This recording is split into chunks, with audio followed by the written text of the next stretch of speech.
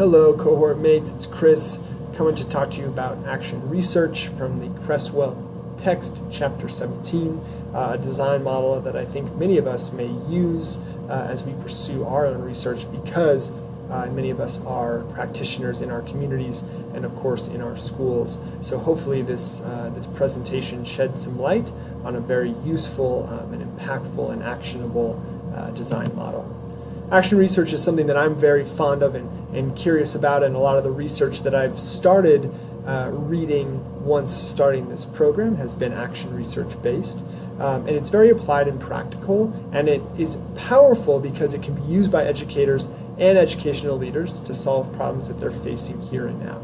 It also is inclusive of stakeholders and community members who say, here's something that I want to fix. How can I design questions and collect data and read literature around this issue and problem of practice, and design and implement solutions in order to resolve those issues that I'm finding in my problem. It's also practical. It can be streamlined, it can be efficient, and it can also be something that provides solutions when so many people are looking for broader or more long-term research. This can be something that can be applied, and solutions can be implemented rather quickly. There are two major forms that I'll talk about of action research. The first being practical, which is localized and oftentimes put into practice in school buildings or with school-based teams. And then there's participatory action research, which is launching into and studying deeper social issues. And the text that I'll highlight is an example of participatory action research. And just personally, that's a design model, a research design model that I'm thinking a lot about as I head into my own studies over the next year and years in this program. Action research is a relatively new type of research. It was based on social issues seen in the United States and Europe post-war, and so it was really kicked off in the 1950s and 60s and 70s as both nations and organizations in the post-war Western world said, hey, I need something to do a problem I have now, and I want a way to solve it quickly, and a way that I, as a stakeholder and member of this community, can solve an issue without including broader community members in that work. It's also works and functions to build better societies and functions to build better social structures and organizations. And so those leaders in those organizations, and now as we talk about it in schools, can take their own problem solving into their hands and implement solutions that make sense for their community based on observations and what literature says about action research. The first type of research I'll talk about, or action research, is that of practical action research.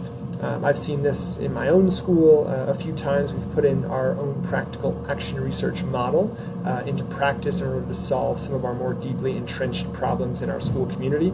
And this is really defined through the teacher as a researcher. This is when the teacher or group of teachers identifies a problem of practice, and they take certain steps, which will be delineated later, to solve that problem within their building or even within their classroom.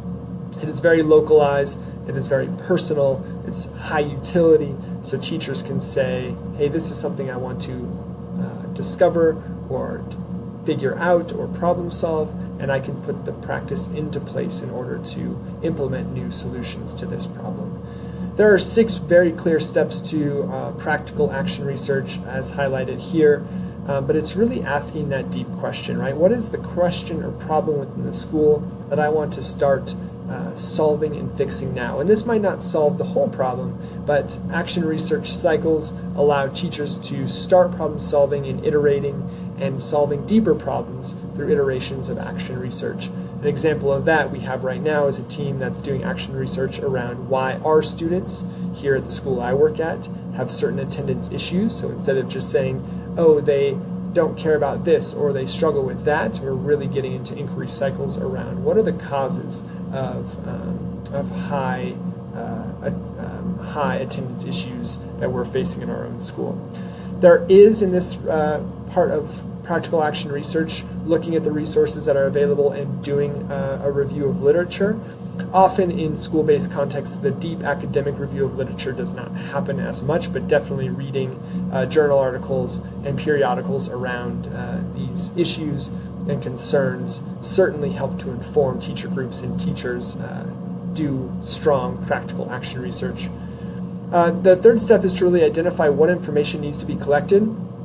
The Creswell text does highlight that informal and academic practical action research, this might mean IRB permissions are asked for and granted, or at least pursued, because we're looking at humans and their interactions with school communities. So there might be IRB permissions that need to be granted, and then implementing a data collection cycle. So making sure that that practical action researchers are creating a cycle where data can be collected in a streamlined, efficient, logical, and informative manner so that it can be assessed by teacher teams or teacher as researcher.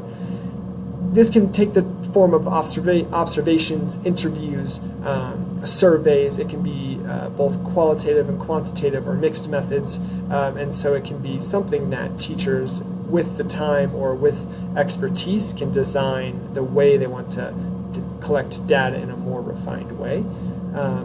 After data is collected, of course, it's developing a plan of action. And so making sure that the data informs decisions made and actions or policies created. And then the thing that really jumped out to me in the Creswell text was both implementing the plan, of course, but then reflecting on the process and findings and saying, do we need to go back through a cycle of action research to start solving other issues that are found that are perhaps more entrenched or more nuanced in the problem that we have? When I get into other action research, other styles here, specifically participatory action research, one thing that the Creswell text really highlights is the necessity to share findings with the community. And so action research is powerful because it is focused on helping communities and organizations, and to withhold that information is contrary to really the nature and purpose of action research in itself. And so both the implementing, reflection, and sharing of findings is something that's really essential when talking about action research as a design method and design model. The type of action research that really truly jumped out to me was that of participatory action research. It's focused on finding solutions to broader social issues, those issues that really constrain the lives and freedoms that individuals deserve. The Creswell text talked a lot about participatory action research being that which unshackles those who are bound up by systems and offers them life-enhancing changes. So really powerful action research that allows individuals to find new realities, new freedoms, and is liberatory in nature. And the chief aim of participatory action research is to improve the quality of organizations, communities, and even more personally, family lives and individual lives, to expose the realities that many live under and to unshackle them from those oppressive systems to allow them to live greater and more free lives. A lot of the research that I'm currently reading is actually in nature or participatory action research of highlighting what is occurring in communities, unveiling some of the oppressive systems that marginalize students via observation, and then really allowing and providing clear instructions on how to not replicate those systems within schools. The elements that we'll find in participatory action research are really looking to explore relationships between social interactions and how those interactions shape human behaviors. It's also really important that the researcher is part of their own experience. Part of the experience of the action research is that the researcher is exploring their own experiences, identities, biases, and beliefs. And they're not shading that, they're not walking away from it. They're saying, this is my belief, my understanding, my observation of how the world works, and I'm willing to conduct my experiments and understandings based on what I know from my experience and what I see in the world. It's very collaborative. It can be done in teacher teams, research teams, and with groups of people who say, let's dive into this and discover or uncover what we know to be true about these experiences. And it's emancipatory in nature, and it helps individuals, as I said earlier, unshackle themselves, promote self-development, and clears the path for agency and self-determination once it's identified, or once some of the oppressive systems are identified and new steps are highlighted. It's critical, and I always struggle with the term critical. I'm learning a lot about this, but it's critical in nature, participatory action research is, because it uncovers and asks people to identify and also remove social restraints. And so it calls out systems of oppression and marginalization and advocates for the removal of those, or steps towards the removal of those. And it's reflective and active, and it's very much focused on how do we make change now, how to identify systems of oppression that impact and marginalize people, and how do we make sure that we can move the needle so that same oppressive system isn't replicated over and over again. In both types, in practical and participatory action research, it really looks like three buckets of thinking, right? Looking, really taking a deep observation and time to look and view and keep notes and observe, and to document interviews, and to make sure that the researcher really knows the context and feelings of what is occurring with that certain situation or issue. Once the looking and observing process is finished, action research really advocates of a deep thinking time. How do you interpret the interviews? How do you interpret the data? How do you interpret and make sure that you know that what you saw is the experience that others had, which we'll get into limitations in a minute, but making sure that there's a deep interpretation and deep dive into the observation and field notes taken during the process.